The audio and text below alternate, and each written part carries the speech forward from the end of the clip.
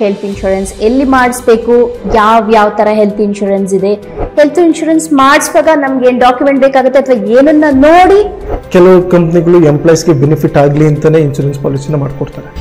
ಕೆಲವೊಂದು ಕಂಪ್ನಿಗಳು ಎಂಪ್ಲಾಯ್ಗೆ ಕಣ್ಣೋರಿಸ್ಬೇಕು ಅಂತಾನೆ ಮಾಡ್ಕೊಡ್ತಾರೆ. ಅಮೌಂಟ್ ನಮ್ಮ ಕೈಯಿಂದ ಕಟ್ಟಿ ನಾವೇನಾದ್ರು ರಿಯಂಬರ್ಸ್ ಮಾಡ್ಕೊಳ್ಳೋ ಚಾನ್ಸಸ್ ಇದೆಯಾ ಅಥವಾ ನಮ್ಮ ದುಡ್ಡು ಹೋಯ್ತು ಅಂತಾನೇನಾ? ಯಾವುದೇ ಇನ್ಶೂರೆನ್ಸ್ ಕಂಪ್ನಿ ಫಸ್ಟ್ ಪ್ರಿಫರ್ ಮಾಡೋದು ಕ್ಯಾಶ್ಲೆಸ್ ಹೋಗಿ ಅಂತಾನೆ ಹೇಳೋದು. ಸಪೋಸ್ ಒಂದು ಹಾಸ್ಪಿಟ್ಲಿಗೆ ಹೋದಾಗ ಆ ಆಸ್ಪತ್ರೆಯಲ್ಲಿ ನಮ್ಮ ಹೆಲ್ತ್ ಇನ್ಶೂರೆನ್ಸ್ ಕಂಪ್ನಿದು ವರ್ಕ್ ಆಗಲ್ಲ. ಆಸ್ ಪರ್ IRDA ರೂಲ್ಸ್ ನೀವು above 5 lakh ಇನ್ಸು 5 lakh and 5 lakh and above ಇದ್ರೆ ಅದನ್ನ ಒಂದು ವರ್ಷದಲ್ಲಿ ನೀವು ಎಷ್ಟು ಸರಿ ಕ್ಲೈಮ್ ಮಾಡೋ ಆಪ್ಷನ್ ಇದೆ. ಈಗ ತಂದೆ ತಾಯಿ ಅಂದ್ರೆ ಇಲ್ಲಿ ಯಾರ ತಂದೆ ತಾಯಿ, ಗಂಡನ ತಂದೆ ತಾಯಿನ ಅಥವಾ ಹೆಂಡತಿಯ ತಂದೆ ತಾಯಿ? ಅದು ಬಿಟ್ಟು ಮಿಕ್ಕಿ ಎಲ್ಲ ಇನ್ಶೂರೆನ್ಸ್ ಅಲ್ಲಿ ಕವರ್ ಆಗುತ್ತೆ. ಯಾವುದು ಕಟ್ಟಕ್ಕಂತ ಪ್ರಮೇಯ ಬರಲ್ಲ ಇಲ್ಲ.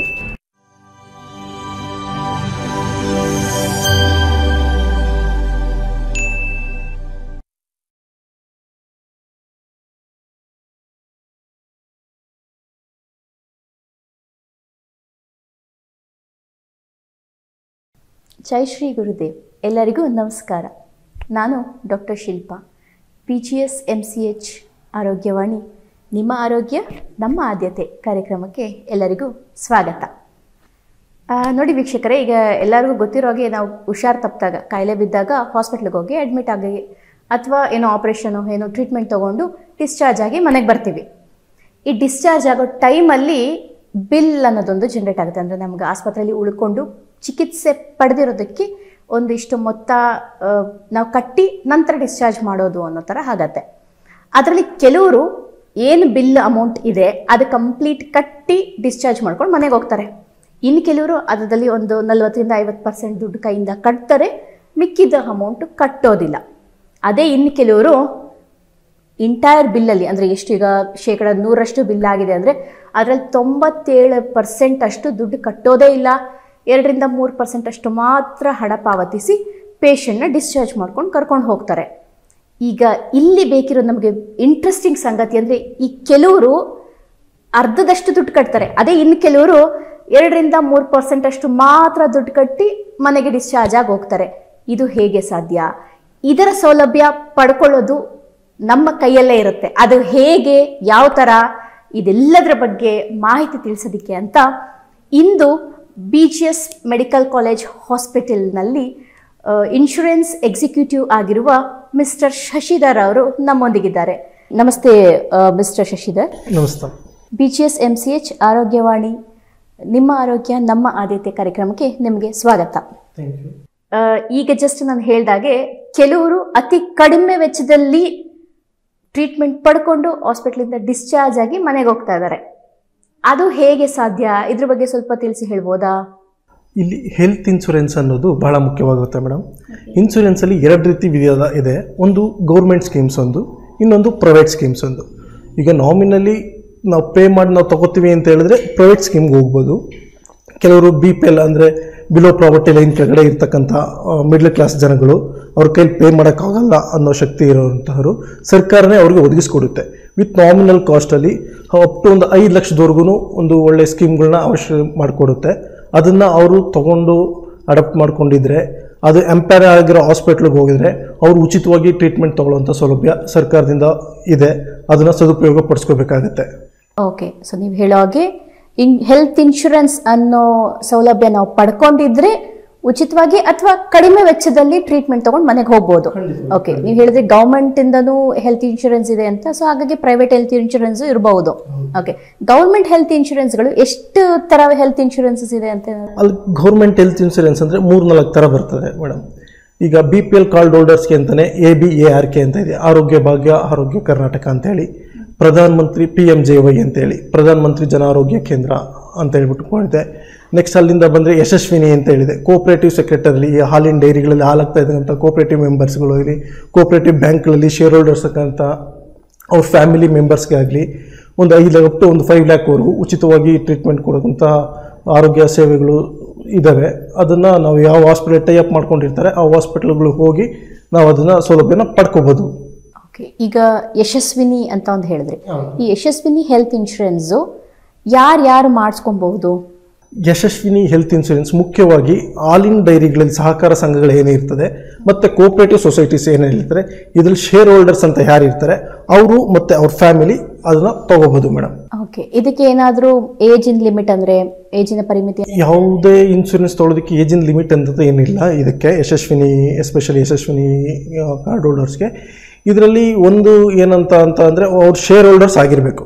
ಹಾಲಿನ ಡೈರಿಗಳಲ್ಲಿ ಅಥವಾ ಕೋಆಪರೇಟಿವ್ ಸೆಕ್ಟರ್ಗಳಲ್ಲಿ ಶೇರ್ ಹೋಲ್ಡರ್ಸ್ ಆಗಿದ್ರೆ ಅವರು ಮತ್ತು ಅವ್ರ ಕುಟುಂಬದವರು 500 ರೂಪಾಯಿ ಮೊತ್ತವನ್ನು ಕಟ್ಟಿಬಿಟ್ಟು ಅವರು 4 ಜನ ಫ್ಯಾಮಿಲಿ ಗ್ರೂಪ್ ಇನ್ಶೂರೆನ್ಸ್ ಮಾಡಿಸ್ಕೋಬಹುದಾಗಿದೆ. ಎಲ್ಲಿ ಮಾಡಿಸ್ಕೊಬಹುದು ಅವ್ರು ಇದನ್ನ?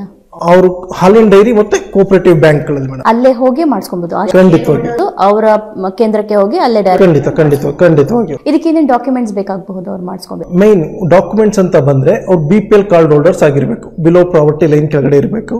ಆ ಶೇರ್ ಗ್ರೂಪ್ನಲ್ಲಿ ಯಾರು 30,000ಕ್ಕಿಂತ ಹೆಚ್ಚು ಸಂಬಳವನ್ನು ತಗೊಳ್ತಾ ಇರೋದಕ್ಕಿಲ್ಲ, ಮತ್ತು IT ರಿಟರ್ನ್ಸ್ ಯಾರು ಪೇ ಮಾಡ್ತಾ ಇರಬಾರ್ದು. ಮೇನ್ ಬೇಸಿಕ್ ಆಗಿ ಇಷ್ಟು 3 ಥಿಂಗ್ಸ್ ಇದೆ. ಇದರಲ್ಲಿ ಸರ್ಕಾರಿ ಉದ್ಯೋಗದಲ್ಲಿರೋರು ಕೂಡ ಯಶಸ್ವಿನಿ ಕಾರ್ಡ್ ಅನ್ನು ಮಾಡಿಸ್ಕೋಬಹುದಾ? ಖಂಡಿತವಾಗಿಯೂ ಇಲ್ಲ. ಸರ್ಕಾರಿ ಉದ್ಯೋಗ ಅಂತ ಬರ್ತಾ ಇದ್ದಂಗೆ ಅವ್ರಿಗೆ BPL ಬಿಲೋ ಪ್ರಾವರ್ಟಿ ಲೈನಿಂದ ಕೆಳಗಡೆ ಬರೋದಿಲ್ಲ, ಅವ್ರು ಬಿಲೋ ಪ್ರಾವರ್ಟಿ ಮೇಲೆ ಇರ್ತಾರೆ. ಸೊ ಅವ್ರು ಯಾವುದೇ ಕಾರಣಕ್ಕೂ ಯಾವುದೇ ಇನ್ಶೂರೆನ್ಸ್ ಗೌರ್ಮೆಂಟ್ ಸ್ಕೀಮ್ಸ್ ತಗೊಳ್ಳೋಕ್ಕೆ ಯೋಗ್ಯತೆ ಇರೋದಿಲ್ಲ. ಇದರಲ್ಲಿ ಏನೇನು ಕವರ್ ಆಗುತ್ತೆ? ಈಗ ಯಶಸ್ವಿನಿ ಕಾರ್ಡ್ ಹೋಲ್ಡರ್ಸು ಈಗ ಅವರೊಂದು ಕಾರ್ಡ್ ಮಾಡಿಸ್ಕೊಂಡ್ರು ಅಂದರೆ ಏನೇನು ಸೌಲಭ್ಯಗಳು ಪಡ್ಕೊಬಹುದು ಅವರು? ಅವ್ರಿಗೆ 5 ಲಕ್ಷದವರೆಗೂ ಬೆನಿಫಿಟ್ ಇದೆ ಮ್ಯಾಮ್. ಅವ್ರಿಗೆ ಯಾವ ರೀತಿ ಅಂತಂದರೆ ಯಾವುದೇ ರೀತಿಯ ಜ್ವರ ಬಂದು ಅಡ್ಮಿಷನ್ ಆದ್ರೂ ಇದರಲ್ಲಿ 5 ಲಕ್ಷದವರೆಗೂ ಕ್ಲೈಮ್ ಮಾಡ್ಕೋಬೋದು. ಅವ್ರಿಗೆ ಏನೇ ಸರ್ಜರೀಸ್ ಬಂದ್ರೂ ಅದರಲ್ಲೇ ಅಂಡರ್ ಕವರ್ ಆಗುತ್ತೆ. ಏನು ಹಾಸ್ಪಿಟ್ಲ್ ಎಂಪನಲ್ ಆಗಿರುತ್ತೆ ಆ ಹಾಸ್ಪಿಟ್ಲ್ಗಳಿಗೆ ಹೋಗಿ ಇವರು ಉಚಿತವಾಗಿ ಸೇವೆಯನ್ನು ಪಡ್ಕೋಬೋದಂತ ಸೌಲಭ್ಯವನ್ನು ಯಶಸ್ವಿನಿ ಸ್ಕೀಮ್ನವರು ಒಂದು ಒಳ್ಳೆಯ ಸೌಲಭ್ಯನ ಕೊಟ್ಟಿದ್ದಾರೆ ಅಂತ ಹೇಳಕ್ಕೆ ಇಷ್ಟಪಡ್ತೀನಿ. ಓಕೆ, ಯಶಸ್ವಿನಿ ಬಿಟ್ಟು ಈಗ ಇದು ಬರೀ ಬಿಲೋ ಪಾವರ್ಟಿ ಲೈನ್ ಅವ್ರಿಗೆ ಅಂತ ಹೇಳಿದ್ರಿ, ಎಬೋ ಪಾವರ್ಟಿ ಲೈನ್ ಅವ್ರಿಗೆ ಆ ಥರ ಏನಾದರೂ ಇದೆಯಾ? PMJY ಅಂತ ಹೇಳಿದೆ. ಅದು ಎಬೋ ಪಾವರ್ಟಿ ಲೈನ್ ಇದ್ರೂ ಕೂಡ ಏಜ್ 75 ಕ್ರಾಸ್ ಆಗಿದ್ರೆ ಅಂಥವ್ರಿಗೆ 5 ಲಕ್ಷ ರೂಪಾಯಿ ವಿಮೆ ಅಮೌಂಟ್ ಅಂತ ಹೇಳಿ ಕೊಡ್ತಾ ಇದ್ದಾರೆ, ಪ್ರಧಾನ ಮಂತ್ರಿ ಜನ ಆರೋಗ್ಯ ಕೇಂದ್ರ ಅಂತ ಹೇಳ್ಬಿಟ್ಟು. ಅದನ್ನು ನೀವು ಹತ್ತಿರದ ಗ್ರಾಮ ಪಂಚಾಯತಿ ಅಥವಾ ಗ್ರಾಮ 1 ಬೆಂಗಳೂರು ಅಂತ ಕೇಂದ್ರಗಳಿದ್ದಾವೆ, ಅಲ್ಲಿ ಹೋಗಿ ಈ ಕೂಡಲೇ ನೋಂದಾಯಿಸ್ಕೋಬೋದು. ಓಕೆ, ಈಗ ಇನ್ಶೂರೆನ್ಸ್ ಮಾಡಿಸಾಗಿ ಎಷ್ಟು ದಿನದ ನಂತರ ಅವರು ಕ್ಲೇಮ್ ಮಾಡ್ಕೋಬಹುದು, ಅಂದರೆ ಅದ್ರ ಬೆನಿಫಿಟ್ ಪಡ್ಕೊಬಹುದು? ಈ ಸರ್ಕಾರಿ ಸೌಲಭ್ಯಗಳು ಡೇ 1 ಇಂದನೇ ಕವರ್ ಆಗ್ತವೆ. ಓಹ್ ಗುಡ್. ಓಕೆ, ಯೂಶಲಿ ಏಪ್ರಿಲ್ 1 ಇಂದ ಮಾರ್ಚ್ 31 ವರೆಗೂ ಇರುತ್ತೆ. ಇದು ನೀವು ಸ್ಟಾರ್ಟ್ ಆಗ್ತದಂಗೆ ನೀವು ಅಪ್ ಟು ಸ್ಟಾರ್ಟ್ ಆಗಿಬಿಡುತ್ತೆ. ಡೇ 1 ಇಂದನೇ ಇಟ್ ಕವರ್ಸ್. ABARK ಅಂತ ಒಂದು ಹೆಲ್ತ್ ಇನ್ಶೂರೆನ್ಸ್ ಗೌರ್ಮೆಂಟ್ ಸ್ಕೀಮ್ನಲ್ಲಿ ಇದೆ ಅಂತ. ಸೊ ಈ ABARK ಅಂದರೆ ಏನು? ಆ ಹೆಲ್ತ್ ಇನ್ಶೂರೆನ್ಸ್ ಮಾಡಿಸ್ಕೊಳ್ಳೋದು ಯಾರ್ಯಾರು ಮಾಡಿಸ್ಕೊಬಹುದು? ಅದು ಅಷ್ಟೇ, ಯಾರು BPL ಕಾರ್ಡ್ ಹೋಲ್ಡರ್ಸ್ ಇರ್ತಾರೆ, ಬಿಲೋ ಪ್ರಾವರ್ಟಿ ಲೈನ್ ಅಂತ ಹೇಳ್ಬಿಟ್ಟು ಹಳ್ಳಿ ಕಡೆ ಇರ್ತಾರೆ, ಅವರು ಗ್ರಾಮ 1 ಮತ್ತು ಬೆಂಗಳೂರು 1 ಏನಿರುತ್ತೆ ಮತ್ತು ಪಂಚಾಯತಿ ಕೇಂದ್ರಗಳಲ್ಲಿ ಅದನ್ನು ಮಾಡಿಕೊಡ್ತಾರೆ. ಆ ABARK ಅಂದರೆ ಆರೋಗ್ಯ ಭಾಗ್ಯ ಆರೋಗ್ಯ ಕರ್ನಾಟಕ ಅಂತ ಹೇಳ್ಬಿಟ್ಟು ಅದು ಸ್ಕೀಮನ್ನು ಪಡ್ಕೋಬೋದು. ಅದಕ್ಕೂ ಏನಾದರೂ ಇಷ್ಟು ಹಣ ಪಾವತಿಸಬೇಕು ಇದು ಇನ್ಶೂರೆನ್ಸ್ ಮಾಡಿಸ್ಕೊಳ್ಳೋದಕ್ಕೆ ಅಂತ ಇದೆಯಾ? ಅದಕ್ಕೇನೂ ಇಲ್ಲ. ಹಾಗಿದ್ರೆ ಯಶಸ್ವಿನಿ ಮತ್ತು ABARK ಇದೆರಡರ ವ್ಯತ್ಯಾಸ ಏನು ಅಂತ ಹೇಳ್ಬೋದಾ? ABARK ಆಯುಷ್ಮಾನ್ ಭಾರತ್ ಆರೋಗ್ಯ ಕರ್ನಾಟಕ ಅಂದರೆ ಇದು ಪ್ಯೂರ್ಲಿ ಗೌರ್ಮೆಂಟ್ ಓರಿಯೆಂಟೆಡ್ ಪ್ರೋಗ್ರಾಮ್. ಇದು ಸರ್ಕಾರದಿಂದ ನೇರವಾಗಿ ಎಲ್ಲ ಬಡ ಮತ್ತು ಮಧ್ಯಮ ವರ್ಗದ ಜನತೆಗೆ ಅಂತಲೇ ಕೊಟ್ಟಿರ್ತಕ್ಕಂಥ ಸ್ಕೀಮ್ ಆಗಿದೆ. ಯಶಸ್ವಿನಿ ಅನ್ನೋದು ಬಂದು ಕೋಆಪರೇಟಿವ್ ಸರ್ಕಾರದ ಅಂಗಸಂಸ್ಥೆಯಾಗಿ ಕೆಲಸ ಮಾಡುತ್ತೆ. ಇದರಲ್ಲಿ ಯಾರು ಶೇರ್ ಹೋಲ್ಡರ್ಸ್ ಅಂದರೆ ಹಾಲಿನ ಡೈರಿ ಮತ್ತು ಕೋಆಪರೇಟಿವ್ ಬ್ಯಾಂಕಲ್ಲಿ ಯಾರು ಹಾಲಿನ ಶೇರ್ ಹೋಲ್ಡರ್ಸ್ ಆಗಿರ್ತಾರೆ ಅವ್ರಿಗೆ ಮಾತ್ರ ಇದು ಸ್ಕೀಮ್ ಯಶಸ್ವಿನಿ ಬರುತ್ತೆ. ಹೌದು. ಯಶಸ್ವಿನಿ ಮತ್ತು ABARK ಇದೆರಡನ್ನ ಬಿಟ್ಟು ಸರ್ಕಾರದ ಪರಿಮಿತಿಯಲ್ಲಿ ಬರೋ ಇನ್ಯಾವುದಾದ್ರೂ ಹೆಲ್ತ್ ಇನ್ಶೂರೆನ್ಸ್ ಇದೆಯಾ? ಅಂದರೆ ಸರ್ಕಾರಿ ನೌಕರರಿಗೆ ಅಂತಲೇ ಇದೆ. ಈಗ ಪೊಲೀಸ್ ಅಂತ ಬಂದರೆ ಅವ್ರಿಗೆ ABY ಆರೋಗ್ಯ ಭಾಗ್ಯ ಯೋಜನೆ ಅಂತಲೇ ಇದೆ. ಅವರು ಕೂಡ ಸರ್ಕಾರದ ಅಪ್ ಟು 5 ರಿಂದ 10 ಲಕ್ಷದವರೆಗೂ ಅವ್ರಿಗೆ ಬೆನಿಫಿಟ್ ಇದೆ. ಸೊ ಅದನ್ನು ಅವರು ಯಾವ ಹಾಸ್ಪಿಟಲ್ಗಳು ಎಂಪನಲ್ ಆಗಿರುತ್ತೆ ಆ ಹಾಸ್ಪಿಟಲ್ ಉಚಿತವಾಗಿ ಸೇವೆಯನ್ನು ಪಡ್ಕೋಬೋದು. ಅದು ಬಿಟ್ಬಿಟ್ಟು BMTC KSRTC ಇವ್ರಿಗೆ ಅಂತಲೇ ಗೌರ್ಮೆಂಟ್ ಸ್ಕೀಮ್ಸ್ ಕೊಟ್ಟಿದ್ದಾರೆ, ಅವ್ರದ್ದು ಹೆಲ್ತ್ ಕಾರ್ಡ್ ಅಂತಲೇ ಮಾಡಿಕೊಟ್ಟಿದ್ದಾರೆ. ಅದು ಕೂಡ ಅಷ್ಟೇ ಅಪ್ ಟು 5 ಲಕ್ಷದವರೆಗೂ ಗೌರ್ಮೆಂಟ್ ಎಂಪ್ಲಾಯೀಸ್ ಅಲ್ಲೋಗಿ ಟ್ರೀಟ್ಮೆಂಟ್ ತೊಗೊಳ್ಳೋಂಥ ಸೌಲಭ್ಯವನ್ನು ಕೊಟ್ಟಿದ್ದಾರೆ. ಸೊ ನೀವು ಹೇಳೋ ಪ್ರಕಾರ ಸರ್ಕಾರಿ ಕೆಲಸದಲ್ಲಿ ಇದ್ರೂ ಅಷ್ಟೇ ಇಲ್ಲದೆ ಇದ್ರೂ ಅಷ್ಟೇ, ಆದರೆ ಯಾವ ಪಂಗಡಕ್ಕೆ ಅವ್ರು ಸೇರ್ತಾರೆ ಅದ್ರ ತಕ್ಕಂತೆ ಅವರಿಗೆ ಒಂದು ಇನ್ಶೂರೆನ್ಸ್ ಅಂತೂ ಸರ್ಕಾರದಿಂದ ಖಂಡಿತ ಹೆಲ್ತ್ ಇನ್ಶೂರೆನ್ಸ್ ಇದೆ. ಸೊ ಅವರು ಆರೋಗ್ಯ ಭಾಗ್ಯವನ್ನ ಪಡ್ಕೊಬಹುದು. ಓಕೆ, ಇದಿಷ್ಟು ಬಂದು ಗೌರ್ಮೆಂಟ್ ಸ್ಕೀಮ್ಸ್ ಬಗ್ಗೆ ಆಯ್ತು. ಇದು ಬಿಟ್ಟು ಈಗ ಪ್ರೈವೇಟ್ ಹೆಲ್ತ್ ಇನ್ಶೂರೆನ್ಸ್ ಅಂತ ಹೇಳಿದ್ರಿ. ಪ್ರೈವೇಟ್ ಹೆಲ್ತ್ ಇನ್ಶೂರೆನ್ಸ್ ಇಲ್ಲಿ ಯಾವ ತರ ಹೆಲ್ತ್ ಇನ್ಶೂರೆನ್ಸ್ಗಳಿದೆ? ಒಂದು ಪ್ರೈವೇಟ್ ಇನ್ಶೂರೆನ್ಸ್ ಅಂತ ಬಂತು ಅಂದರೆ ಇಂಡಿವಿಜುವಲ್ ಇನ್ಶೂರೆನ್ಸ್ ಅಂತ ಒಂದು ಬರುತ್ತೆ, ಗ್ರೂಪ್ ಇನ್ಸೂರೆನ್ಸ್ ಅಂತ ಹೇಳಿ ಒಂದು ಬರುತ್ತೆ. ಇಂಡಿವಿಜುವಲ್ ಇನ್ಸೂರೆನ್ಸ್ ಅಂತ ಹೇಳಿದ್ರೆ ಅದು ನನಗೆ ಮಾತ್ರ, ಓನ್ಲಿ 1% ಆ್ಯಡೆಡ್ ಇದರಲ್ಲಿ. ಗ್ರೂಪ್ ಇನ್ಸೂರೆನ್ಸ್ ಅಂದರೆ ಫ್ಯಾಮಿಲಿ, ಗಂಡ ಹೆಂಡತಿ, ಅಪ್ಪ ಅಮ್ಮ, ಮಕ್ಕಳು, ಇಷ್ಟು ಗ್ರೂಪ್ ಇನ್ಸೂರೆನ್ಸಲ್ಲಿ ಆ್ಯಡ್ ಆಗಿರ್ತಾರೆ. ಇಂಡಿವಿಜುವಲ್ ಇನ್ಸೂರೆನ್ಸಲ್ಲಿ ನೀವು 5 ಲಕ್ಷದವರೆಗೂ ತೊಗೊಂಡ್ರೆ ಒಬ್ಬ ಒಂದು ಪರ್ಸನ್ಗೆ 5 ಲಕ್ಷದವರೆಗೂ ಕವರ್ ಆಗುತ್ತೆ. ಗ್ರೂಪ್ ಇನ್ಸೂರೆನ್ಸು ನೀವು 5 ಲಕ್ಷಕ್ಕೆ ತೊಗೊಂಡ್ರೆ ಈ 6 ಜನ ಸೇರಿಸಿ ಇವರು 5 ಲಕ್ಷ ರೂಪಾಯಿ ಕವರ್ ಆಗುತ್ತೆ. ನೀವು ಫ್ಯಾಮಿಲಿ ಹೆಲ್ತ್ ಇನ್ಶೂರೆನ್ಸ್ ಅಂತ ಅಂದರೆ ಅದರಲ್ಲಿ ಹೇಳಿದ್ರಿ ತಂದೆ, ತಾಯಿ, ಗಂಡ, ಹೆಂಡತಿ ಮತ್ತು ಮಕ್ಕಳು ಇಷ್ಟು ಜನಕ್ಕೆ ಕವರ್ ಆಗತ್ತೆ ಅಂತ. ಈಗ ತಂದೆ ತಾಯಿ ಅಂದರೆ ಇಲ್ಲಿ ಯಾರ ತಂದೆ ತಾಯಿ, ಗಂಡನ ತಂದೆ ತಾಯಿನ ಅಥವಾ ಹೆಂಡತಿಯ ತಂದೆ ತಾಯಿ ಕವರ್ ಆಗೋದಾ? ಯಶಸ್ವಿನಿ ಸ್ಕೀಮ್ ಅಂತ ಈಗ ಏನು ಬಿಟ್ಟಿದ್ದಾರೆ, ಇದರಲ್ಲಿ ಕುಟುಂಬ ಅಂದರೆ ಒಂದು ವ್ಯಾಖ್ಯಾನನ ಬಿಟ್ಟಿದ್ದಾರೆ. ವ್ಯಾಖ್ಯಾನ ಅಂತ ಅಂದರೆ ಏನು ಅಂತ, ಕುಟುಂಬ ಅಂತ ಅಂದರೆ ಈ ಶೇರ್ ಹೋಲ್ಡರ್ಸ್ ಯಾರು ಇರ್ತಾರೆ, ಪುರುಷ, ಅವರ ತಂದೆ ತಾಯಿ, ಪುರುಷನ ಹೆಂಡತಿ ಮತ್ತು ಮಕ್ಕಳು, ಇಷ್ಟೇ ಕುಟುಂಬ. ಇದು ಇಂಡಿವಿಜುವಲ್ ಮತ್ತು ಗ್ರೂಪ್ ಹೆಲ್ತ್ ಇನ್ಶೂರೆನ್ಸ್ ಆಯಿತು. ಈ ಇಂಡಿವಿಜುವಲ್ ಮತ್ತು ಗ್ರೂಪ್ ಹೆಲ್ತ್ ಇನ್ಶೂರೆನ್ಸ್ ನಾವು ಕಂಪ್ನಿಗಳು ಯಾವುದಾದ್ರೂ ಒಂದು ಪ್ರೈವೇಟ್ ಕಂಪ್ನಿ ಮೂಲಕ ಮಾಡಿಸ್ಕೊಬೇಕಾಗತ್ತೆ, ಹೌದಲ್ವಾ? ಈ ಥರ ಈಗ ಎಷ್ಟೊಂದು ಕಂಪ್ನೀಸ್ ಇದೆ, ನಮ್ಗೆ ಯಾವ ಕಂಪ್ನಿಯಿಂದ ಹೆಲ್ತ್ ಇನ್ಶೂರೆನ್ಸ್ ತಗೋಬೇಕು ಅನ್ನೋ ಐಡಿಯಾನೇ ಇರೋದಿಲ್ಲ. ಸೊ ಏನೋ ಒಂದಿಷ್ಟು ಕ್ರೈಟೀರಿಯಾ ಈ ಥರ ಒಂದು ಚೆಕ್ ಲಿಸ್ಟ್ ಅಂತ ಹಾಕೊಳ್ಳಿ, ಇಂತಿಂಥ ಪಾಯಿಂಟ್ ಎಲ್ಲ ಆ ಕಂಪ್ನಿನಲ್ಲಿ ಚೆನ್ನಾಗಿದೆ ಅಂತಂದ್ರೆ ನೀವು ಆ ಕಂಪ್ನಿಗೆ ಹೋಗ್ಬೋದು ಅಂತ ಹೇಳೋದಕ್ಕೆ ಏನಾದರೂ ಒಂದು 4-5 ಪಾಯಿಂಟ್ಗಳು ಸಿಗಬಹುದಾ? ಖಂಡಿತವಾಗಿ ಇನ್ಶೂರೆನ್ಸ್ ಮಾಡಿಸ್ಬೇಕಾದ್ರೆ ಇದು ಎಲ್ಲರೂ ಯೋಚನೆ ಮಾಡಿ ಇನ್ಶೂರೆನ್ಸ್ ತೊಗೋಬೇಕಾಗಿದೆ. ಯಾಕೆಂದರೆ ಯಾವುದೋ ಒಂದು ಇನ್ಶೂರೆನ್ಸ್ ನಾನು ಬೈ ಮಾಡಿರ್ತೀನಿ, ನನಗೆ ಹುಷಾರಿಲ್ಲ, ಹೋಗಿ ಹಾಸ್ಪಿಟ್ಲ್ ನೀವು ಕ್ಲೈಮ್ ಮಾಡ್ಕೊಳ್ಳಿ ಅಂದರೆ ಹಾಸ್ಪಿಟ್ಲ್ ಅವರು ಕ್ಲೈಮ್ ಮಾಡ್ಕೊಳ್ಳೋದಕ್ಕೆ ಬರೋದಿಲ್ಲ. ನನಗೆ ಸಪೋಸ್ ಮುಂಚೆನೇ ಕಾಯಿಲೆ ಇರುತ್ತೆ, ಅದನ್ನೆಲ್ಲ ಡಿಸ್ಕ್ಲೋಸ್ ಮಾಡಬೇಕಾಗತ್ತೆ. ಕೆಲವೊಂದು ಇನ್ಶೂರೆನ್ಸ್ ನಾನು ಯಾವ ಕಂಪ್ನಿ ರೆಫರ್ ತೊಗೋಬೇಕು, 108 ಕಂಪ್ನಿಗಳಿದ್ದಾವೆ. 108 ಯಾವ ಕಂಪ್ನಿ ನಾನು ಚೂಸ್ ಮಾಡಿದ್ರೆ ಬೆಸ್ಟ್ ಅಂತ ಅಂದರೆ ನಮ್ಮ ಪ್ರಕಾರ ಹೋಯ್ತು ಅಂದರೆ ನೆಟ್ವರ್ಕಿಂಗ್ ರೇಷಿಯೋ ಅಂತ ನೋಡಬೇಕು. ನಾನು ಯಾವುದೇ ಒಂದು ಇನ್ಶೂರೆನ್ಸ್ ಕಂಪ್ನಿ ತೊಗೋತಾ ಇದ್ದೀನಿ ಅಂದರೆ ಅದು ನೆಟ್ವರ್ಕಿಂಗ್ ಎಷ್ಟು ಹಾಸ್ಪಿಟಲ್ ರೆಕಾರ್ಡ್ ಎಂಪಾನೆಲ್ ಆಗಿದೆ ಅಂತ ಫಸ್ಟ್ ಒಂದು ನೋಡಬೇಕಾಗತ್ತೆ. ನೆಕ್ಸ್ಟ್ ಬಂತು ಅಂದರೆ ನೋ ಕ್ಲೈಮ್ ಬೋನಸ್. ಯಾವುದೇ ಇನ್ಶೂರೆನ್ಸು ನಾನು 1 ವರ್ಷ ಕ್ಲೈಮ್ ಮಾಡಿಲ್ಲ ಅಂತ ಅಂದರೆ ನೆಕ್ಸ್ಟ್ ನನಗೆ ಅಡಿಷನಲ್ ಅದೊಂದು 5%, 10% ಬೋನಸ್ ಕೊಡೋ ರೀತಿ ಇರಬೇಕು. ಸೊ ನಂದೇನು ಸಮ್ ಇನ್ಶೂರೆನ್ಸ್ ಇರುತ್ತೆ ಅದಕ್ಕೆ ಅದು ಆಡಪ್ಪ ಅಂತ ಹೋಗ್ತಾ ಇರುತ್ತೆ. ಅಂದ್ರೆ ಇದೊಂದು ವರ್ಷ ನಾನು ಇನ್ಶೂರೆನ್ಸ್ ಉಪಯೋಗಿಸೇ ಇಲ್ಲ, ಹಾಸ್ಪಿಟಲ್ ಅಡ್ಮಿಟ್ ಆಗಿಲ್ಲ, ಕ್ಲೇಮ್ ಮಾಡ್ಕೊಂಡಿಲ್ಲ ಅಂದಾಗ ಪ್ರೀಮಿಯಂ ಅಂತೂ ಕಟ್ಟಕ್ಕಾಗಿರ್ತೀವಿ. ಸೊ ಅದು ನೆಕ್ಸ್ಟ್ ವರ್ಷಕ್ಕೆ ಕ್ಯಾರಿ ಓವರ್ ಆಗುತ್ತೆ. ಅಟ್ಲೀಸ್ಟ್ ಒಂದು 5 to 10%, 5 lakh insurance sum insurance ಇದ್ರೆ 10% ಅಂದ್ರೆ 50,000 ಎಕ್ಸ್ಟ್ರಾ ಆಡ್ ಆಗೋ ತರ.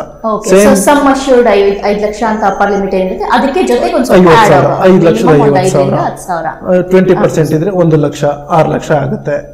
ಆ ತರ ಆಗೋದಿದೆ. 5 to 10% ಹೆಚ್ಚು ಕಡಿಮೆ ಪ್ರತಿ ವರ್ಷ ಇನ್ಕ್ರೀಸ್ ಆಗೋ ತರ ಇದ್ದರೆ ನಾವು ಕ್ಲೇಮ್ ಮಾಡದೇ ಇದ್ದಾಗ ಅದು ಒಳ್ಳೆ ನಮಗೆ ಬೆನಿಫಿಟ್ ಇರುತ್ತೆ. ಅದು ಬಿಟ್ಟು ನೆಕ್ಸ್ಟ್ ಬಂದ್ರೆ ಕ್ಲೈಮ್ ಸೆಟಲ್ಮೆಂಟ್ ರೇಷಿಯೋ ಅಂತ ನೋಡ್ಬೇಕಾಗತ್ತೆ. ಈಗ 1 ಲಕ್ಷ ಬಿಲ್ ಆಗಿದೆ ಅಂತ ಅಂದ್ರೆ ಅದ್ರಲ್ಲಿ ಎಷ್ಟು ಸೆಟಲ್ಮೆಂಟ್ ಇವ್ರು ಕೊಟ್ಟಿದ್ದಾರೆ, 50% ಕೊಟ್ಟಿದ್ದಾರೆ, 60 ಕೊಟ್ಟಿದ್ದಾರೆ, 70 ಕೊಟ್ಟಿದ್ದಾರೆ, 80 ಕೊಟ್ಟಿದ್ದಾರೆ, 100% ಕೊಟ್ಟಿದ್ದಾರೆ. ಯಾವುದೇ ಇನ್ಶೂರೆನ್ಸ್ ಕಂಪ್ನಿಗಳು 100% ಕೊಡ್ತಾ ಇಲ್ಲ. ಮ್ಯಾಕ್ಸಿಮಮ್ ಈಗ 1 or 2 ಕಂಪ್ನೀಸ್ ಬಂದಿದ್ದೇವೆ ಮಾರ್ಕೆಟ್ಗೆ, ನಾವು 100% ಕೊಡ್ತೀವಿ ಅಂತ ಹೇಳಿ. ಸೊ ನಾವು ತಗೊಳೋದಿದ್ರೆ ಮ್ಯಾಕ್ಸಿಮಮ್ 97-98% ಮೇಲೆ ಏನಿದೆ ಅದನ್ನ ಮಾತ್ರ ಚೂಸ್ ಮಾಡಬೇಕು.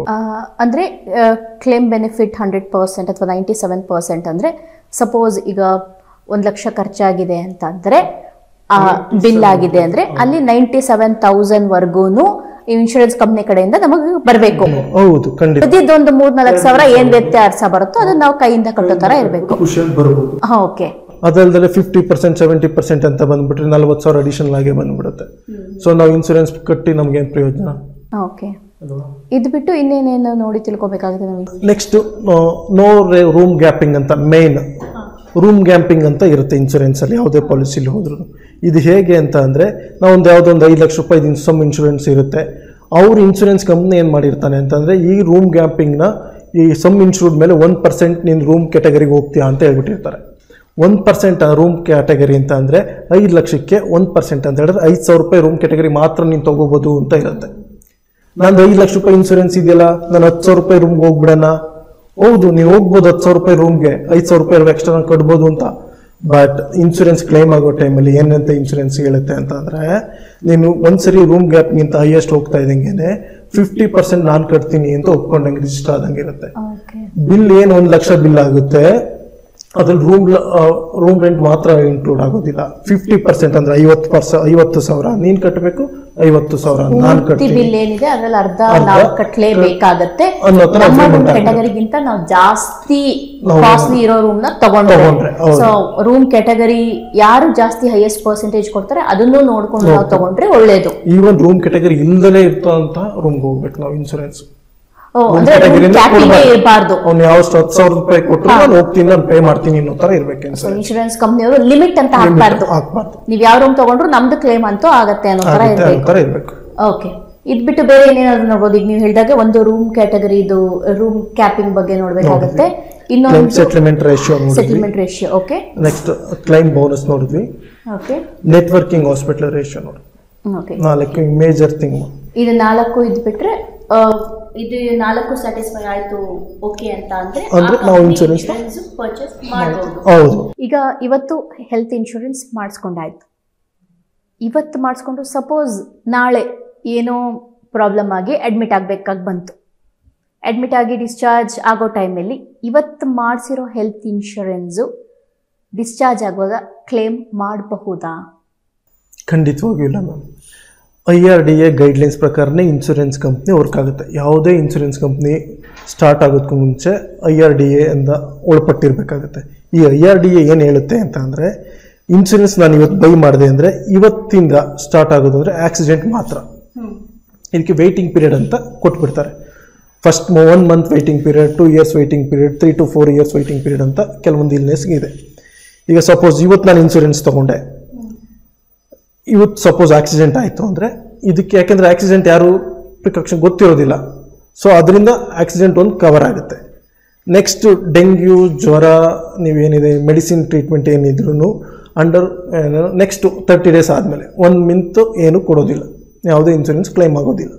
ಇದನ್ನು ಫಸ್ಟ್ ಮಂತ್ ವೆಯ್ಟಿಂಗ್ ಪೀರಿಯಡ್ ಅಂತ ಕರೀತಾರೆ. ಈ ಮಂತಲ್ಲಿ ಯಾವುದೇ ರೀತಿಯ ಕ್ಲೈಮ್ ಇರೋದಿಲ್ಲ.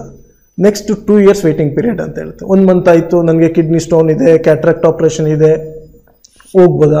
ಖಂಡಿತವಾಗೂ ಇಲ್ಲ. ಇದಕ್ಕೆ 2 years ವೆಯ್ಟಿಂಗ್ ಪೀರಿಯಡ್ ಅಂತ ಹೇಳ್ತಾರೆ. 2 yearsಗೆ ಯಾವ್ಯಾವ ಡಿಸೀಸ್ ಬರ್ತೈತೆ ಅಂದರೆ ಕ್ಯಾಟ್ರಾಕ್ಟ್ಸು, ಹೆರ್ನಿಯಾ, ಹೆಮರಾಯ್ಡ್ಸು, ಕಿಡ್ನಿ ಸ್ಟೋನ್ಸ್, ಈ ಥರ ಎಲ್ಲ 2 years ವೆಯ್ಟಿಂಗ್ ಪೀರಿಯಡ್ ಇರ್ತದೆ. 2 years ಆದಮೇಲೂ ನಿಮಗೆ ಇದೆಲ್ಲ ಬಂದರೆ ಇದು ಇನ್ಶೂರೆನ್ಸಲ್ಲಿ ಕವರ್ ಆಗುತ್ತೆ. ಕೆಲವು ನೆಕ್ಸ್ಟ್ ಬಿಫೋರ್ ಇನ್ಶೂರೆನ್ಸ್ ತೊಗೊಳೋದಕ್ಕೂ ಮುಂಚೆನೇ ನಾವೇನಾದ್ರು ಪ್ರೀ ಎಕ್ಸಿಸ್ಟಿಂಗ್ ಡಿಸೀಸ್ ಅಂತ ಏನಾದರೂ BP, ಶುಗರ್ಸ್ ಏನಾದರೂ ಇತ್ತು ಅಂತ ಅಂದರೆ ಅದು 3 to 4 years ಮಿನಿಮಮ್ ಬೇಕಾಗುತ್ತೆ. ಓಕೆ, ಸೊ ನೀವು ಹೇಳೋ ಹಾಗೆ ಇನ್ಶೂರೆನ್ಸ್ ಮಾಡಿಸಿ ಇಮಿಡಿಯೇಟ್ ಕ್ಲೇಮ್ ಮಾಡೋದು ಅಂದರೆ ಬರೀ ಆಕ್ಸಿಡೆಂಟ್ ಆದರೆ ಮಾತ್ರ. ಅದಾಗಿ 1 ತಿಂಗಳು ಆದಮೇಲೆ ಮೆಡಿಕಲ್ ಇಲ್ನೆಸಸ್ ಕವರ್ ಆಗುತ್ತೆ. ಅದಾದ ನಂತರ ಮಿನಿಮಮ್ 2 years ನಾವು ಸರ್ಜಿಕಲ್ ಅಂದರೆ ಆಪರೇಷನ್ ಮಾಡುವಂಥದ್ದು ಯಾವುದನ್ನು ಕ್ಲೇಮ್ ಮಾಡಕ್ ಆಗೋದೇ ಇಲ್ಲ. ಸೊ 2 ವರ್ಷ ಆದಮೇಲೆ ಆ ಹೆಲ್ತ್ ಇನ್ಶೂರೆನ್ಸ್ ಕಂಪ್ನಿ ಪ್ರಕಾರ ಏನೇನು ಸ್ಟ್ಯಾಂಡರ್ಡ್ ಡಿಸೀಸಸ್ ಇರುತ್ತೆ ಅದು ಕವರ್ ಆಗ್ತಾ ಹೋಗುತ್ತೆ. ಸೊ ಇದುವರೆಗೂ ಯಾವ ಕಂಪ್ನಿನೂ ಕೊಡ್ತಾ ಇಲ್ವಾ ಆ ತರ ಇಮಿಡಿಯೇಟ್ ಆಗಿ ನಾವು ಕ್ಲೇಮ್ ಮಾಡುವಂತದ್ದು? ಈಗ ಸದ್ಯಕ್ಕೆ ಯಾವುದೋ ಒಂದು ಕಂಪ್ನಿ ಬಂದಿದೆ, ಅದರಲ್ಲಿ ನೋ ವೇಟಿಂಗ್ ಪೀರಿಯಡ್ ಅಂತ ಅನೌನ್ಸ್ ಮಾಡಿದ್ದಾರೆ. ಸೊ ಅದೊಂದು ಕಂಪ್ನಿನಲ್ಲಿ ಈಗ ಸದ್ಯಕ್ಕೆ ವೇಟಿಂಗ್ ಪೀರಿಯಡ್ ಇಲ್ಲ. ಅದು ಬಿಟ್ಟು ಮಿಕ್ಕಿದ ಎಲ್ಲಾ ಕಂಪ್ನಿಗಳಲ್ಲೂ ವೇಟಿಂಗ್ ಪೀರಿಯಡ್ ಜಾರಿಯಲ್ಲಿದೆ. ಓಕೆ, ಅದರದ್ದು ಯಾವ್ದೋ ವೇಟಿಂಗ್ ಪೀರಿಯಡ್ ಇದ್ದೇ ಇರುತ್ತೆ. ತಕ್ಕಂತೆ ಏನೇನ್ ಕಾಯಿಲೆ ಅದ್ರ ಒಳಪಡುತ್ತೆ ಅನ್ನೋದನ್ನು ಅವ್ರವ್ರದ್ದು ಕಂಪ್ನಿಯವರೇ ಡಿಫ್ರೆಂಟ್ ಆಗಿ ಹೇಳ್ತಾರೆ. ಸೊ ನಾವು ಹಾಗಾದ್ರೆ ಇನ್ಶೂರೆನ್ಸ್ ತಗೊಳ್ಳುವಾಗ ನಾವು ಅದನ್ನು ಯೋಚನೆ ನೋಡ್ಲೇಬೇಕಾಗುತ್ತೆ. ಈಗ ನಾನು 2 ಲಕ್ಷ ರೂಪಾಯಿ ಇನ್ಶೂರೆನ್ಸ್ ತಗೊಂಡ್ಬಿಟ್ಟು ಒಂದು 4 ಲಕ್ಷ ರೂಪಾಯಿ ಕ್ಲೈಮ್ ಮಾಡಕ್ ಹೋದ್ರೆ ಅವ್ನು ಕೊಡೋದಿಕ್ ಬರೋದಿಲ್ಲ.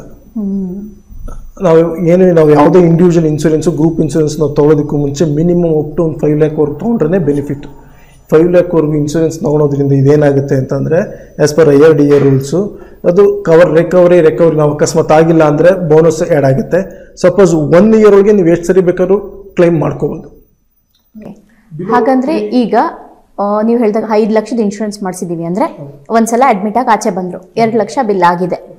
ಸೊ ನೆಕ್ಸ್ಟ್ ಅಡ್ಮಿಟ್ ಆದಾಗ 3 ಲಕ್ಷ ಬಿಲ್ ಆಯ್ತು, ಅಲ್ಲಿಗೆ ಮುಗಿತಲ್ಲ ಆ ವರ್ಷಕ್ಕೆ ಅವ್ರು ಇನ್ಶೂರೆನ್ಸ್ ಕ್ಲೇಮ್ ಮಾಡಿದ್ದು? ಆಸ್ ಪರ್ IRDA ರೂಲ್ಸ್ ನೀವು above 5 lakh and 5 lakh and above ಇದ್ರೆ ಅದನ್ನು 1 ವರ್ಷದಲ್ಲಿ ನೀವು ಎಷ್ಟು ಸರಿ ಕ್ಲೈಮ್ ಮಾಡೋ ಆಪ್ಷನ್ ಇದೆ. ಸೊ ಎಷ್ಟು ಸಲ ಬೇಕಾದ್ರೂ ಕ್ಲೇಮ್ ಮಾಡಬಹುದು. ಆದ್ರೆ 1 ಸಲ ಅಡ್ಮಿಟ್ ಆಗಿ ಡಿಸ್ಚಾರ್ಜ್ ಆಗುವಾಗ ಮ್ಯಾಕ್ಸಿಮಮ್ ಬಿಲ್ 5 ಲಕ್ಷ ಅಷ್ಟೇ ಅವ್ರು ಕಟ್ಟೋದು. ಅದಕ್ಕಿಂತ ಹೆಚ್ಚಾದ್ರೆ ಅದು ನಾವೇ ಕಟ್ಟಬೇಕಾಗತ್ತೆ. ಸಪೋಸ್ ಫಸ್ಟ್ ಸರಿ ನಾವೇನು ಆಕ್ಸಿಡೆಂಟ್ ಅಲ್ಲಿ ಆಗಿರ್ತೀವಿ, ಒಂದು 3-3.5 ಲಕ್ಷ ಆಗ್ಬಿಡುತ್ತೆ. ನೆಕ್ಸ್ಟ್ ತಿರ್ಗಾ ಮತ್ತೆ ಅದರ ಏನೋ ಪ್ರೊಸೀಜರ್ ಇರುತ್ತೆ, ಅವಾಗ ಮತ್ತೆ 3 ಲಕ್ಷ ಆಗುತ್ತೆ ಸರ್, ನಂದು 5 ಲಕ್ಷನೇ ಇದ್ದಿದ್ದು, ಅವಾಗ 3 ಲಕ್ಷ ಆಗಿದೆ, ಈಗ ಅಲ್ಲೇ ಮತ್ತೆ 3 ಲಕ್ಷ ಅಂತ ಹೇಳ್ತಾ ಇದ್ದಾರೆ, 1 ಲಕ್ಷ ನಾನು ಕಟ್ಟಬೇಕಾ? ನೋ ವರಿ, ಏನಿಲ್ಲ, ಅಪ್ ಟು 5 ಲಕ್ಷದವರೆಗೂ ಇನ್ಸೂರೆನ್ಸ್ ಕೊಡಕ್ಕೆ ರೆಡಿ ಇರುತ್ತೆ. ಓಕೆ, ಈ ಕ್ಯಾಶ್ಲೆಸ್ ಇನ್ಶೂರೆನ್ಸ್ ಅದು ಯಾವ ಥರ? ಅದು ಕ್ಯಾಶ್ಲೆಸ್ ಅಂತ ಅಂದರೆ ನೀವು ಯಾವ ಇನ್ಸೂರೆನ್ಸ್ ಕಾರ್ಡ್ ಇದೆ ನಿಮ್ಮ ಹತ್ರ, ಅದು ಟೈ ಅಪ್ ಆಗಿರೋ ಹಾಸ್ಪಿಟ್ಲಿಗೆ ನೀವು ಹೋದರೆ ನಿಮ್ಮದು ಇನ್ಸೂರೆನ್ಸ್ ಇವನ್ ಅಪ್ರೂವ್ ಆಯಿತು ಅಂತ ಹೇಳಿದ್ರೆ 1 ರೂಪಾಯಿನೂ ನೀವು ಕೊಟ್ಟೋ ಹೋಗಿ ಇರೋದಿಲ್ಲ. ಪ್ಯೂರ್ಲಿ 100% ಕ್ಯಾಶ್ಲೆಸ್ ಇರುತ್ತೆ. ಎಕ್ಸೆಪ್ಟ್ 1 or 2% ನೀವು ನಾನ್ ಕ್ಲೇಮಬಲ್ಸ್, ನಾನ್ ಪೇಬಲ್ಸ್ ಅಂತ ಬರುತ್ತೆ. ಇದೇನಿದೆ, ಒಂದು ಸಾರಿ ಉಪಯೋಗಿಸಿ ಬಿಸಾಕ್ತಕ್ಕಂತಹ ಸೂಜಿ, ಸಿರಂಜು, ಗ್ಲೌಸ್, ಅಂಡರ್ ಪ್ಯಾಡ್ಸ್, ಡೈಪರ್ ಈ ಥರದ್ದು ಮಾತ್ರ ನೀವು ಪೇ ಮಾಡಬೇಕಾಗುತ್ತೆ. ಅದು ಬಿಟ್ಟು ಇನ್ನು ಮಿಕ್ಕಿದೆಲ್ಲ ಇನ್ಶೂರೆನ್ಸಲ್ಲಿ ಕವರ್ ಆಗುತ್ತೆ, ಯಾವುದು ಕಟ್ಟಕ್ಕಂಥ ಪ್ರಮೇಯ ಬರಲ್ಲ ಇಲ್ಲಿ. ಸೊ ಮೆಚ್ಯೂರಿಟಿ ಆದ ನಂತರ ಖಾಯಿಲೆಗಳು, ಬ್ಲಡ್ ಟೆಸ್ಟು ಅಥವಾ ಏನು ಬೇರೆ ಪರೀಕ್ಷೆಗಳಾಗುತ್ತೆ ಪ್ರತಿಯೊಂದಕ್ಕೂ ಇನ್ಶೂರೆನ್ಸ್ ಕವರ್ ಆಗುತ್ತೆ ಆಫ್ಟರ್ ಮೆಚ್ಯೂರಿಟಿ. ಆದರೆ ಕನ್ಸ್ಯೂಮೇಬಲ್ಸ್ ಅಂದರೆ ಉಪಯೋಗಿಸಿ ಬಿಸಾಡುವಂಥ ವಸ್ತುಗಳು ಏನೇನಿರುತ್ತೆ ಅದು ಖರ್ಚು ಮಾತ್ರ ನಾವೇ ಬರ್ಸ್ಬೇಕಾಗುತ್ತೆ. Okay. Drugs and investigations purely 100% claim ಆಗುತ್ತೆ. ಯಾವುದೇ ರೀತಿಯ ಗ್ಯಾಪಿಂಗ್ ಇರೋದಿಲ್ಲ. Drugs and investigations purely. Insurance package ಅಂತ ಬರುತ್ತಂತಲ್ಲ, ಏನದು ಪ್ಯಾಕೇಜ್ ಅಂತ ಅಂದರೆ, ಅಥವಾ ಡಿಸೀಸ್ ಪ್ಯಾಕೇಜ್, ಇನ್ಶೂರೆನ್ಸ್ ಪ್ಯಾಕೇಜ್ ಅಂತ ಕೇಳಿದ್ದೆ, ಏನದು ಅಂತ ಎಕ್ಸ್ಪ್ಲೈನ್ ಮಾಡ್ಬೋದಾ? ಪ್ಯಾಕೇಜ್ ಅಂತ ಹೇಳಪಟ್ರೆ ಈಗ ಕೆಲವೊಂದು, ಈಗ ಹೇಳಿದೆ ನಾನು, ಹರ್ನಿಯಾ, ಹೆಮರಾಯ್ಡ್ಸ್, ಈಗ ಡೆಲಿವರಿ, LICS, ಇದಕ್ಕೆಲ್ಲ ಇನ್ಶೂರೆನ್ಸ್ ಕಂಪ್ನಿ ಮತ್ತು ಹಾಸ್ಪಿಟಲ್ ಟೈ ಅಪ್ ಆಗಿಬಿಟ್ಟಿರ್ತಾರೆ ಮುಂಚೆನೆ. ನಮ್ಮದು ನಾವು ಯಾವುದೇ ಇನ್ಶೂರೆನ್ಸ್ ನಾವು ತೊಗೊಂಡಿರಲಿ ಬಿಟ್ಟಿರಲಿ, ನಮ್ಮದು ಇನ್ಶೂರೆನ್ಸ್ ಈಗ ಡೆಲಿವರಿಗೆ ಅಂದ್ಕೊಳ್ಳಿ, ಸಪೋಸ್ ನಾವು ನಮಗೊಂದು 50,000 ಕ್ಯಾಟಗರಿ ಇರುತ್ತೆ, 50,000 ತೊಗೋಬೋದು ಅಂತ ಕಂಪ್ನಿಯಿಂದ ಹೇಳಿರ್ತಾರೆ. ಬಟ್ ಹಾಸ್ಪಿಟಲ್ಲು ಮತ್ತು ಇನ್ಶೂರೆನ್ಸ್ ಕಂಪ್ನಿ ಅವ್ರು ಏನು ಮಾತಾಡ್ಕೊಂಡಿರ್ತಾರೆ, ನಾವು 40,000ಕ್ಕೆ ನಾವು ಒಂದು ಸರ್ಜರಿ ಮಾಡ್ಕೊಡ್ತೀವಿ ಅಂತ ಹೇಳ್ಬಿಟ್ಟು ಟೈ ಅಪ್ ಮಾಡ್ಕೊಂಡಿರ್ತಾರೆ. ಅಂಥ ಹಾಸ್ಪಿಟ್ಲ್ ಅದು ಪ್ಯಾಕೇಜ್ ಅಂತ ಬರುತ್ತೆ. ಅದು 40,000 ಮಾತ್ರ ಕ್ಲೈಮ್ ಮಾಡ್ಕೊಳ್ಳೋಕ್ಕೆ ಯೋಗ್ಯವಾಗಿರ್ತಾರೆ ಆ ಹಾಸ್ಪಿಟ್ಲವರು. ನೀವು ಎಕ್ಸ್ಟ್ರಾ ಪೇ ಮಾಡೋ ಅಂಥ ಅವಶ್ಯಕತೆ ಇರೋದಿಲ್ಲ. ನಿಮ್ಮದು ಹಾಸ್ಪಿಟ್ಲ್ ಬಿಲ್, ನಮ್ಮದು ಡೆಲಿವರಿಗೆ 80,000 ಆಗುತ್ತೆ, ನೀವು 80,000 ಕೊಡಿ, ನಾವು ಇನ್ಶೂರೆನ್ಸಿಂದ 40,000 ತೊಗೋತೀವಿ, 40,000 ಆಗಲ್ಲ ಅನ್ನೋ ಪ್ರಮೇಯನೇ ಬರೋದಿಲ್ಲ. ಹಾಸ್ಪಿಟಲ್ಲು ಇನ್ಶೂರೆನ್ಸ್ ಕಂಪ್ನಿ ಜೊತೆ ಮಾತಾಗಿರುತ್ತೆ.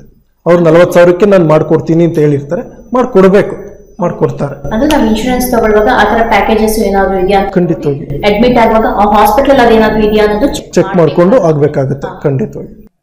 ಈಗ ಡಿಸೀಸ್ ಪ್ಯಾಕೇಜ್ಗೆ ಇಷ್ಟು ಅಮೌಂಟ್ ಅಂತ ಫಿಕ್ಸ್ ಆಗಿರುತ್ತೆ, ಅಡ್ಮಿಟ್ ಆಗ್ತಾರೆ, ಟ್ರೀಟ್ಮೆಂಟ್ ತಗೋತಾರೆ, ಅದು ಅಪ್ಲಿಕೇಬಲ್ ಆಗುತ್ತೆ.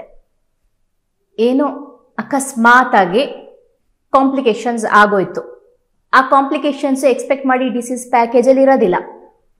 ಸೊ ಅವಾಗ ಕಾಂಪ್ಲಿಕೇಶನ್ಸ್ ಆದಾಗ ಅವ್ರು ಇನ್ನು ಸ್ವಲ್ಪ ದಿನ ಹಾಸ್ಪಿಟಲ್ ಇರಬೇಕಾಗುತ್ತೆ, ಟ್ರೀಟ್ಮೆಂಟ್ ತಗೋಬೇಕಾಗುತ್ತೆ, ಟೆಸ್ಟ್ಗಳು ಮಾಡಿಸ್ಬೇಕಾಗುತ್ತೆ. ಆದರೆ ಎಲ್ಲ ಖರ್ಚನ್ನ ಇದು ಹೇಗೆ ಕವರ್ ಮಾಡ್ಬೋದು? ಇಲ್ಲ ಅದನ್ನು ನಾವೇ ಕೈಯಿಂದ ಕಟ್ಟಲೇಬೇಕಾಗುತ್ತಾ, ಅಥವಾ ಪ್ಯಾಕೇಜಲ್ಲಿ ಏನಾದರೂ ಅಡ್ಜಸ್ಟ್ ಮಾಡೋದಕ್ಕೆ ಏನಾದರೂ ದಾರಿ ಇದೆಯಾ? ಈಗ ಪ್ಯಾಕೇಜು 50,000 ಅಂತ ಫಿಕ್ಸ್ ಆಗಿರುತ್ತೆ. ಪೇಷಂಟ್ಗೆ ನಾವು ಪ್ಯಾಕೇಜಲ್ಲೂ 3 days ಮಾತ್ರ ಇರಿಸ್ಕೋಬೇಕು ಅಂತಲೂ ರೂಲ್ಸ್ ಇರುತ್ತೆ. ಪೇಷಂಟ್ಗೆ ಏನೋ ಸ್ವಲ್ಪ ಇಲ್ನೆಸ್ಗೆ ಹೋಗ್ತಾರೆ, ICUಗೆ ಹೋಗ್ತಾರೆ, ಸೊ ಅಲ್ಲಿ ಒಂದು 2 or 3 days ಎಕ್ಸ್ಟೆಂಡ್ ಆಗೋ ಚಾನ್ಸಸ್ ಇರುತ್ತೆ. ಸೊ ಆವಾಗ ನಾವು ಟ್ರೀಟಿಂಗ್ ಡಾಕ್ಟರ್ ಅಂತ ಯಾರು ನಮ್ಮ ಕನ್ಸಲ್ಟೆಂಟ್ ಇರ್ತಾರೆ ಅವ್ರ ಕಡೆಯಿಂದ ಇನ್ಶೂರೆನ್ಸ್ ಕಂಪ್ನಿಗೆ ಒಂದು ಲೆಟರ್ ಹಾಕ್ಬೇಕಾಗುತ್ತೆ. ಈ ಥರ ಪೇಷಂಟು ಈ ಥರ ತೊಂದರೆಯಾಗಿ ಸ್ವಲ್ಪ ಇಲ್ನೆಸ್ ಆಗಿದೆ ಅಂತೇಳಿ. ಸೊ ಅವಾಗ ಇನ್ಶೂರೆನ್ಸ್ನ ಎಕ್ಸ್ಟೆಂಡ್ ಮಾಡ್ತಾರೆ. 50,000 ಇರುತ್ತೆ, ಇನ್ನೂ 20,000 ಅಡಿಷನಲ್ ಕೊಡ್ತಾರೆ. ಅದು ಇನ್ಶೂರೆನ್ಸ್ ಅಲ್ಲಿ ಕವರ್ ಆಗಿದೆ. ಆ ಇನ್ಶೂರೆನ್ಸ್ ಕಂಪ್ನಿಯವರು ಟ್ರೀಟಿಂಗ್ ಡಾಕ್ಟರ್ ಹತ್ರ ಮಾತಾಡಿ ಇಷ್ಟು ಎಕ್ಸ್ಟೆಂಡ್ ಮಾಡಬಹುದು ಅನ್ನೋದನ್ನ ಅವರು ಕ್ಯಾಪಿಂಗ್ ಅವರು ಮಾಡ್ಕೊಂತಾರೆ. ಆಮೇಲೆ ಅದ್ರ ಬಗ್ಗೆ ನಾವು ತಲೆ ಕೆಡಿಸ್ಕೊಳ್ಳುವಂತ ಅವಶ್ಯಕತೆ ಇಲ್ಲ. ಖಂಡಿತವಾಗಿಯೂ ಇಲ್ಲ. ಓಕೆ, ಈಗ ಇಷ್ಟೆಲ್ಲ ಇನ್ಶೂರೆನ್ಸ್, ಹೆಲ್ತ್ ಇನ್ಶೂರೆನ್ಸ್ ಎಲ್ಲಿ ಮಾಡಿಸೋದು ಹೇಗೆ ಎಲ್ಲ ಹೇಳಿದ್ರಿ. ಈ ಕಾರ್ಪೊರೇಟ್ ಇನ್ಶೂರೆನ್ಸ್ ಅಂತ ಒಂದಿರುತ್ತಲ್ಲ, ಈ ದೊಡ್ಡ ದೊಡ್ಡ IT ಕಂಪ್ನೀಸ್ ಅಲ್ಲಿ ಎಲ್ಲ ಮಾಡೋದು, ಆ ಇನ್ಶೂರೆನ್ಸ್ ಯಾವ ತರ? ಅಥವಾ ಅದೀಗ ಅದು ನಮ್ಮ ಕೈಲಿ ಇರೋದಿಲ್ಲ. ಈಗ ಯಾರು ಕೆಲಸ ಮಾಡೋದಾದ್ರೂ ಒಂದು ಕಂಪ್ನಿಲಿ ಕೆಲಸ ಮಾಡ್ತಾ ಇರ್ತೀವಿ ಅಂದಾಗ ಆ ಕಂಪ್ನಿ ಅವ್ರದ್ದೇ ಪಾಲಿಸಿ ಇರುತ್ತೆ, ಅವ್ರ ಪ್ರಕಾರ ಅವ್ರು ಮಾಡ್ಬಿಡ್ತಾರೆ ಇನ್ಶೂರೆನ್ಸ್. ಆವಾಗ ನಾವು ಏನನ್ನ ನೋಡ್ಬೇಕು, ಅಥವಾ ಅಲ್ಲೇನಾದ್ರೂ ನಾವು ನಮಗ್ ಅನುಕೂಲ ಆಗೋ ತರ ವ್ಯತ್ಯಾಸ ಮಾಡಿಸ್ಕೋಬಹುದು? ಖಂಡಿತವಾಗಿ ಮಾಡಿಸ್ಕೋಬಹುದು. ಕೆಲವೊಂದು ಕಂಪ್ನಿ HR ಪಾಲಿಸೀಸ್ ಬೇರೆ ಇರುತ್ತೆ, ಕಂಪ್ನಿ ಟು ಕಂಪ್ನಿ ಡಿಫ್ರೆನ್ಸ್ ಇರುತ್ತೆ. ಕೆಲವು ಕಂಪ್ನಿಗಳು ಎಂಪ್ಲಾಯೀಸ್ಗೆ ಬೆನಿಫಿಟ್ ಆಗಲಿ ಅಂತಲೇ ಇನ್ಶೂರೆನ್ಸ್ ಪಾಲಿಸಿನ ಮಾಡಿಕೊಡ್ತಾರೆ. ಕೆಲವೊಂದು ಕಂಪ್ನಿಗಳು ಎಂಪ್ಲಾಯ್ಗೆ ಕಣ್ಣೋರಿಸ್ಬೇಕು ಅಂತಲೇ ಮಾಡಿಕೊಡ್ತಾರೆ. ಸೊ ನೀವು ಆ ಟೈಮಲ್ಲಿ ಇನ್ಶೂರೆನ್ಸ್ ಪಾಲಿಸಿ ಸಮ್ ಇನ್ಶೂರ್ಡ್ ಎಷ್ಟಿದೆ ಅಂತ ನೋಡ್ಕೋಬೇಕಾಗುತ್ತೆ. ಸಮ್ಟೈಮ್ಸ್ ಹೇಗೆ ಒಂದು 2 ರಿಂದ 3 ಲಕ್ಷಕ್ಕೆ ನಿಮ್ಮ ಗ್ರೂಪ್ ಇನ್ಶೂರೆನ್ಸ್ ಮಾಡ್ಕೊಡ್ತೀವಿ ಅಂತ ಹೇಳ್ಬಿಟ್ಟಿರ್ತಾರೆ. ಆವಾಗ ಅಟ್ಲೀಸ್ಟ್ ಎಂಪ್ಲಾಯಿ ಏನು ಮಾಡಬೇಕು, 2 ರಿಂದ 3 ಲಕ್ಷ ಇದ್ದಾಗ ಅಟ್ಲೀಸ್ಟ್ 1 or 2,000 ನಾನು ಬೇರ್ ಮಾಡಿ ಅಪ್ ಟು 5 lakhವರೆಗೂ ನಮ್ಗೆ ಇನ್ಶೂರೆನ್ಸ್ ಮಾಡಿಕೊಡಿ ಅಂತ HR ಟೀಮ್ ಜೊತೆ ಮಾತಾಡಿಕೊಂಡು ಅಪ್ ಟು 5 lakhವರೆಗೂ ಇನ್ಶೂರೆನ್ಸ್ ಮಾಡಿಸ್ಕೊಳೋದ್ರಿಂದ ಒಳ್ಳೆ ಬೆನಿಫಿಟ್ನ ಪಡ್ಕೋಬೋದು ಅವರು. ಯಾಕೆ ಅಂತಂದರೆ ಈ 2 ಲಕ್ಷ 3 ಲಕ್ಷ ಏನಿದೆ, ಈ ಎಲ್ಲ 2 ಲಕ್ಷ 3 ಲಕ್ಷದಲ್ಲೂ ರೂಮ್ ಗ್ಯಾಪಿಂಗ್ ಮೇಯ್ನ್ ಬರ್ತದೆ. ನೀವು ಜನರಲ್ ವಾರ್ಡು ಇಲ್ಲ ಸೆಮಿ ಪ್ರೈವೇಟ್ ವಾರ್ಡಲ್ಲಿ ಮಾತ್ರ ಇರಬೇಕಾಗ್ತದೆ. ನೆಕ್ಸ್ಟ್ ICU 50% ಕೊಡ್ತೀವಿ ಅಂತ ಹೇಳಿ ಬರ್ತಾರೆ. ಸೊ ನಾವು ಈಗ ನೆಕ್ಸ್ಟ್, ಯಾಕೆಂದರೆ ಗ್ರೂಪ್ ಇನ್ಶೂರೆನ್ಸ್ ಅಂದರೆ ತಂದೆ ತಾಯಿ ಇದ್ದೇ ಇರ್ತಾರೆ. ಅವ್ರಿಗೆ ತಂದೆ ತಾಯಿ ಅಂತ ಅಂದರೆ ನಾವು ಅಬೌವ್ 60 ಇಯರ್ಸ್ ಏಜ್ ಹೋಲ್ಡರ್ಸ್ ಇರ್ತಾರೆ. ಇವ್ರು ನೆಕ್ಸ್ಟ್ ಫಸ್ಟ್ ಟೈಮ್ ಅಡ್ಮಿಷನ್ ಅಂತ ಹೋದ್ರೂ ICUಗೆ 1 or 2 days ಹೋಗಲೇಬೇಕಾಗುತ್ತೆ. ಸೊ ಆಗ ಬರ್ಡನ್ನೇ ನಮ್ಗೆ ಜಾಸ್ತಿ ಆಗ್ತಾ ಇರುತ್ತೆ. ಸೊ ಅದರಿಂದ ನಾವು ಇನ್ಶೂರೆನ್ಸ್ ಮಾಡ್ಕೋಬೇಕಾದ್ರೆ ಕಂಪ್ನಿ ಜೊತೆ ಮಾತಾಡ್ಬಿಟ್ಟು 1 or 2,000 ನಾವೇ ಎಕ್ಸ್ಟ್ರಾ ಬೇರ್ ಮಾಡಿಬಿಟ್ಟು ಅಪ್ ಟು 5 lakhವರೆಗೂ ಹೋಗ್ಬಿಟ್ರೆ ನೋ ಗ್ಯಾಪಿಂಗ್ ಇರುತ್ತೆ. ನೀವು 10,000 per day ಕ್ಲೈಮ್ ಮಾಡಿಕೊಂಡ್ರು insurance will given. Okay, advantage ಇರುತ್ತೆ ಇನ್ಶೂರೆನ್ಸ್ ಕಡೆಯಿಂದ. ಸರಿ, ಈಗ ಪೇಷಂಟು ಹೆಲ್ತ್ ಇನ್ಶೂರೆನ್ಸ್ ಮಾಡಿಸ್ಕೊಂಡ್ರು, ಹಾಸ್ಪಿಟ್ಲಿಗೆ ಬಂದರು. ಬರುವಾಗ ಅವರು ಏನೇನು ಡಾಕ್ಯುಮೆಂಟ್ಸ್ ತರಬೇಕಾಗುತ್ತೆ? ಈಗ ಹೆಲ್ತ್ ಇನ್ಶೂರೆನ್ಸ್ ನೆಕ್ಸ್ಟ್ ಕ್ಲೈಮ್ ಮಾಡ್ಕೊಳ್ಳೋ ಅವಶ್ಯಕತೆ ಬೆಳುತ್ತೆ ಅಂದಾಗ ಅಡ್ಮಿಷನ್ಸ್ ಅಂತ ಇದೆ ಅಂತ ಗೊತ್ತಾಗ್ತಾ ಇದ್ದಂಗೆ ಅವ್ರು ಹೆಲ್ತ್ ಇನ್ಶೂರೆನ್ಸ್ ಪಾಲಿಸಿ ಮಾಡಿಸಿರ್ತಾರೆ. ಪಾಲಿಸಿಯಿಂದ ಇನ್ಶೂರೆನ್ಸ್ ಕಾರ್ಡ್ ಕೊಟ್ಟಿರ್ತಾರೆ. ಇಲ್ಲಾಂದರೆ ಪಾಲಿಸಿದೊಂದು PDF ಫೈಲ್ ಇರುತ್ತೆ, ಇಲ್ಲ ಪಾಲಿಸಿ ನಂಬರ್ ಇರುತ್ತೆ, ಆ ಥರ ID ನಂಬರ್ ಇರುತ್ತೆ. ಇನ್ಶೂರೆನ್ಸ್ ಕಾರ್ಡ್ ನಂಬರ್ ಕಂಪಲ್ಸರಿ ಬೇಕು. ಅದ್ರ ಜೊತೆಗೆ ಆಧಾರ್ ಕಾರ್ಡು ಪೇಷಂಟ್ದು, ಮತ್ತು ಕಂಪ್ನಿ ಹೋಲ್ಡ್ ಕಾರ್ಪೊರೇಟ್ ಇದ್ದರೆ ಕಂಪ್ನಿಯವರು ಯಜಮಾನ ಯಾರು ಇರ್ತಾರೆ ಅವರು, ಮತ್ತು ಕಾರ್ಪೊರೇಟಲ್ಲಿ ಕೆಲಸ ಮಾಡ್ತಾಯಿದ್ರೆ ಕಾರ್ಪೊರೇಟ್ ID ಕಾರ್ಡ್ ಬೇಕಾಗುತ್ತೆ. ಹಾಂ, ನೆಕ್ಸ್ಟ್ ಪ್ಯಾನ್ ಕಾರ್ಡ್ ಬೇಕಾಗುತ್ತೆ ಅವ್ರದ್ದು. ನೆಕ್ಸ್ಟು ಓಲ್ಡ್ ರಿಪೋರ್ಟ್ಸ್ ಏನಾದರೂ ಇದ್ದರೆ ಸಪೋಸ್ ಅದು ಹಾಸ್ಪಿಟ್ಲ್ ಕ್ಲೈಮ್ಗೆ ಬೆನಿಫಿಟ್ ಆಗುತ್ತೆ. ಏನಾದ್ರಿಂದ ಕ್ಲೈಮ್ ಮಾಡ್ಕೊಳಕ್ಕಾಗಲ್ಲ. ಸೊ ಈ ಥರ ಮುಂಚೆ ನಮ್ಮ ತೊಂದರೆ ಇದೆ ಅಂತ ತೋರಿಸ್ಕೊಳ್ಳೋದಕ್ಕೆ ಬೆನಿಫಿಟ್ ಆಗುತ್ತೆ. ನೆಕ್ಸ್ಟು ಡಾಕ್ಟ್ರು ಪ್ರಿಸ್ಕ್ರೈಬ್ ಮಾಡಿರ್ತಕ್ಕಂಥ ಏನಾದರೂ ಸ್ಲಿಪ್ಸ್ ಇದ್ದರೆ ಇಷ್ಟಂತ ತಂದುಕೊಟ್ರೆ ಈಸಿಯಾಗಿ ಕ್ಲೈಮ್ ಸ್ಮೂತಾಗಿ ಮೂವ್ ಆಗುತ್ತೆ. ಪೇಷಂಟ್ ಬಂದು ಅಡ್ಮಿಟ್ ಆದಾಗ ಅವರು ಇನ್ಶೂರೆನ್ಸ್ ಕಂಪ್ನಿಗೆ ಇನ್ಫಾರ್ಮ್ ಮಾಡಬೇಕಾ ಅಥವಾ ಹಾಸ್ಪಿಟ್ಲ್ ಕಡೆಯಿಂದ ಇನ್ಫಾರ್ಮೇಷನ್ ಹೋಗುತ್ತಾ?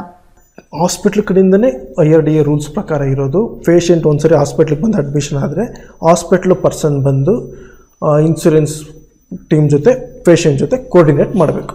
ಓಕೆ, ಅವರು ಪೇಷಂಟ್ ಅಡ್ಮಿಟ್ ಆಗ್ತಾ ಇದ್ದ ಹಾಗೇನೆ ಅವರ ಪೇಷಂಟ್ ಕಡೆಯವ್ರ ಜೊತೆ ಇನ್ಶೂರೆನ್ಸ್ ಪರ್ಸನ್ ಹಾಸ್ಪಿಟ್ಲಲ್ಲಿ ಯಾರು ಇರ್ತಾರೆ ಅವ್ರು ಕೋಆರ್ಡಿನೇಟ್ ಮಾಡಿ ಇನ್ಫಾರ್ಮ್ ಮಾಡಿ ಎಸ್ಟಿಮೇಷನ್ ಎಲ್ಲ ಕೊಟ್ಟು ಡೀಟೇಲ್ಸ್ ಹೇಳಬೇಕು. ಓಕೆ, ಈಗ ಒಂದು ಹೆಲ್ತ್ ಇನ್ಶೂರೆನ್ಸ್ ಮಾಡಿಸಿರ್ತೀವಿ ಒಂದು ಕಂಪ್ನಿ ಕಡೆಯಿಂದ. ಆ ಕಂಪ್ನಿ ಅಂಡರು ಇಷ್ಟು ಆಸ್ಪತ್ರೆಗಳು ಅವರ ಕಂಪ್ನಿಗೆ ಬರುತ್ತೆ. ಸೊ ನಾನು ಅದು ಯಾವುದೋ ಒಂದು ಆಸ್ಪತ್ರೆನಲ್ಲಿ ಅಡ್ಮಿಟ್ ಆದರೆ ಯಾರಾದರೂ ಒಬ್ರು ಆ ಕಂಪ್ನಿಯವರಿಂದ ಇನ್ಶೂರೆನ್ಸ್ ಕವರ್ ಆಗುತ್ತೆ ಅಂತ ಇರುತ್ತೆ. ಆದರೆ ಒಂದೊಂದ್ಸಲ ಏನಾಗುತ್ತೆ, ನಮಗೆ ಆ ಆಸ್ಪತ್ರೆಗಳಲ್ಲಿ ಅಡ್ಮಿಟ್ ಆಗಬೇಕು ಅನ್ನೋದೇ ಇರೋದಿಲ್ಲ. ಯಾಕಂದರೆ ಹಲವಾರು ಕಾರಣಗಳಿರ್ಬೋದು. ಅಥವಾ ನಮ್ಗೆ ಅಲ್ಲಿ ಹಾಸ್ಪಿಟ್ಲೇ ಇಷ್ಟ ಆಗಿಲ್ಲದೆ ಇರ್ಬೋದು, ಅಥವಾ ನಮಗೆ ಬೇಕಾಗಿರೋ ಡಾಕ್ಟ್ರು, ನಮಗೆ ಕೆಲವು ಡಾಕ್ಟ್ರ್ ಮೇಲೆ ನಂಬಿಕೆ ಇರುತ್ತೆ, ನಮಗೆ ಬೇಕಾಗಿರೋರು ಅಲ್ಲಿ ಬೇಡ, ನಾವು ಬೇರೆ ಕಡೆ ಆಗಬೇಕು ಅನ್ನೋ ನಮಗೆ ಇರುತ್ತೆ. ನಮ್ಮ ಡಾಕ್ಟರ್ ಹತ್ರ ಹೋದರೆ ನಾವು ಬೇಗ ಗುಣವಾಗ್ತೀವಿ ಅನ್ನೋ ಕಾನ್ಫಿಡೆನ್ಸ್ ಇರುತ್ತೆ. ಅಂಥ ಟೈಮಲ್ಲಿ ನಾವು ಬೇರೆ ಯಾವುದೋ ಹಾಸ್ಪಿಟ್ಲಿಗೆ ಹೋಗಿ ಅಡ್ಮಿಟ್ ಆದಾಗ ಆಗ ಅಮೌಂಟು ನಮ್ಮ ಕೈಯಿಂದ ಕಟ್ಟಿ ನಾವೇನಾದ್ರು ರಿಯಂಬರ್ಸ್ ಮಾಡ್ಕೊಳ್ಳೋ ಚಾನ್ಸಸ್ ಇದೆಯಾ ಅಥವಾ ನಮ್ಮ ದುಡ್ಡು ಹೋಯ್ತು ಅಂತಾನೇನಾ? ಹೇಗೆ ಅದು? ಕೆಲವೊಂದು ಕಂಪ್ನಿ ಹಾಸ್ಪಿಟ್ಲ್ ಜೊತೆ ಟೈಅಪ್ ಆಗಿರೋದಿಲ್ಲ. ನಮ್ಮ ನೋಡ್ತಕ್ಕಂಥ ಡಾಕ್ಟ್ರು, ನಮ್ಮ ಟ್ರೀಟಿಂಗ್ ಡಾಕ್ಟ್ರು ಇಲ್ಲೇ ಇರ್ತಾರೆ, ನಾವು ಇಲ್ಲೇ ತೋರಿಸ್ಕೋಬೇಕು ಅಂತ ನಮ್ಮ ಮೈಂಡ್ ಸೆಟ್ ಇರುತ್ತೆ. ಯಾವುದೇ ಇನ್ಶೂರೆನ್ಸ್ ಕಂಪ್ನಿ ಫಸ್ಟ್ ಪ್ರಿಫರ್ ಮಾಡೋದು ಕ್ಯಾಶ್ಲೆಸ್ ಹೋಗಿ ಅಂತಲೇ ಹೇಳೋದು. ಓಕೆ, ನಮಗೆ ಏನಾಗುತ್ತೆ ಅಂತ ಅಂದರೆ ಪೇಷಂಟ್ಗೆ ನಮ್ಮ ಡಾಕ್ಟ್ರ್ ಹೇಳಿದರೆ ನಾವು ನಮ್ಮ ಡಾಕ್ಟ್ರ್ ಹತ್ರನೇ ತೋರಿಸ್ಬೇಕು ಅನ್ನೋ ಒಂದು ಮೆಂಟಾಲಿಟಿ ನಾವು ಇಟ್ಕೊಂಡಿರ್ತೀವಿ. ಸೊ ನಾವು ಹಾಸ್ಪಿಟ್ಲಲ್ಲಿ ಇನ್ಶೂರೆನ್ಸ್ ಕಂಪ್ನಿ ಟೈಅಪ್ ಆಗಿಲ್ಲ ಅಂದರೂ ಕೂಡ ನಾವು ಇಲ್ಲಿ ಟ್ರೀಟ್ಮೆಂಟ್ ತೊಗೊಂಡು, ಅಂದರೆ ಇಲ್ಲಿ ಕಟ್ತಕ್ಕಂಥ ಏನು ಬೇರೆ ಪೇಮೆಂಟ್ ನಾವು ಇಡ್ತೀವಿ ಎಲ್ಲ ರಿಸಿಪ್ಟ್ನ ನಾವು ಇಟ್ಕೊಂಡು ರಿಯಂಬರ್ಸ್ಮೆಂಟ್ ಅಂತ ಒಂದು ಫಾರ್ಮ್ ಇದೆ. ಫಾರ್ಮ್ A, ಫಾರ್ಮ್ B ಅಂತ ಕೊಡ್ತಾರೆ. ಫಾರ್ಮ್ A ಬಂದು ಹಾಸ್ಪಿಟ್ಲಿಂದ ಫಿಲ್ ಮಾಡಿಕೊಡ್ತಾರೆ. ಇಂಥ ರೋಗಿ, ಇಂಥ ಪೇಷಂಟು, ಇಂಥ ಡಿಸೀಸ್ಗೋಸ್ಕರ ನಮ್ಮ ಹಾಸ್ಪಿಟ್ಲಲ್ಲಿ ಇಷ್ಟು ದಿನ ಅಡ್ಮಿಷನ್ ಆಗಿದ್ದರು, ಈ ಸಮಸ್ಯೆಯಿಂದ ಬಳತಾಯಿದ್ರು, ಈ ಥರ ಸರ್ಜರಿ ಆಗಿದೆ, ಈ ಡೇಟಿಂದ ಈ ಡೇಟ್ವರೆಗೂ ಅಡ್ಮಿಷನ್ ಆಗಿದ್ದರು, ಇಂಥ ರೂಮಲ್ಲಿ ಇದ್ದರು ಅಂತೇಳ್ಬಿಟ್ಟು ಫಾರ್ಮ್ A ಫಿಲ್ ಮಾಡ್ತೀವಿ. ನೆಕ್ಸ್ಟ್ ಫಾರ್ಮ್ B ಅಂತ ಬಂದರೆ ಇನ್ಶೂರ್ ಪರ್ಸನ್ ಫಿಲ್ ಮಾಡೋದು.